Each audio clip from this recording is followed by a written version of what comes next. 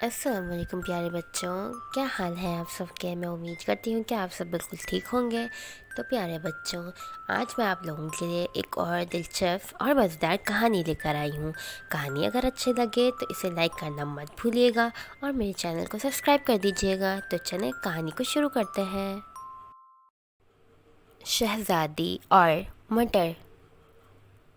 ایک وقت کی بات ہے کہ ایک شہزادہ تھا جو نکاح کرنا چاہتا تھا۔ اسے ایک شہزادی چاہیے تھی۔ رانی نے اپنے شہزادے کو بہت پیار سے پالا تھا، تو اس کی یہ خواہش تھی کہ اس کی ہونے والی بیوی بہت باادب ہو، لیکن کوئی بھی لڑکی اسے پسند ہی نہیں آتی تھی۔ راجن نے اپنے لیے شہزادی ڈھونڈنے کے لیے ملکوں ملکوں سفر کیا، ملکوں کی شہزادیوں سے ملا، مگر اسے تو کوئی شہزادی پسند ہی نہیں آتی تھی۔ کسی کی ناک موٹی تھی تو کسی کے کان لمبے تھے۔ ایک دن اچانک تیز بارش ہونے لگی۔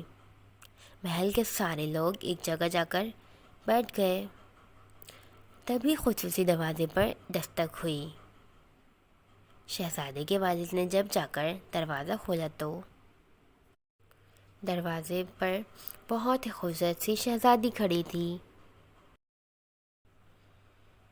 وہ تھی تو ایک لڑکی، لیکن وہ اتنی حسین تھی کہ اسے کوئی بھی دیکھتا تو یہی کہتا کہ وہ ایک شہزادی تھی۔ شہزادے کے باپ نے اس سے پوچھا کہ تم کون ہو؟ تو اس نے کہا کہ وہ ایک شہزادی ہے جو دستی کی سلطنت سے اپنی سلطنت لوٹ رہی تھی۔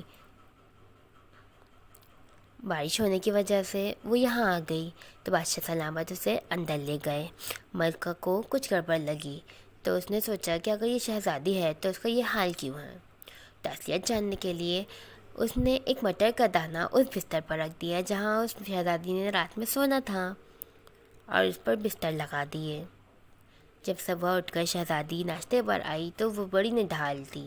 تو رانی صاحبہ نے پوچھا، کیا ہوا شہزادی، کیا رات کو سکون سے نیند آئی؟ اس نے کہا، نہیں، مجھے بستر میں کچھ چبھ رہا تھا، میں سو ہی نہیں پائی۔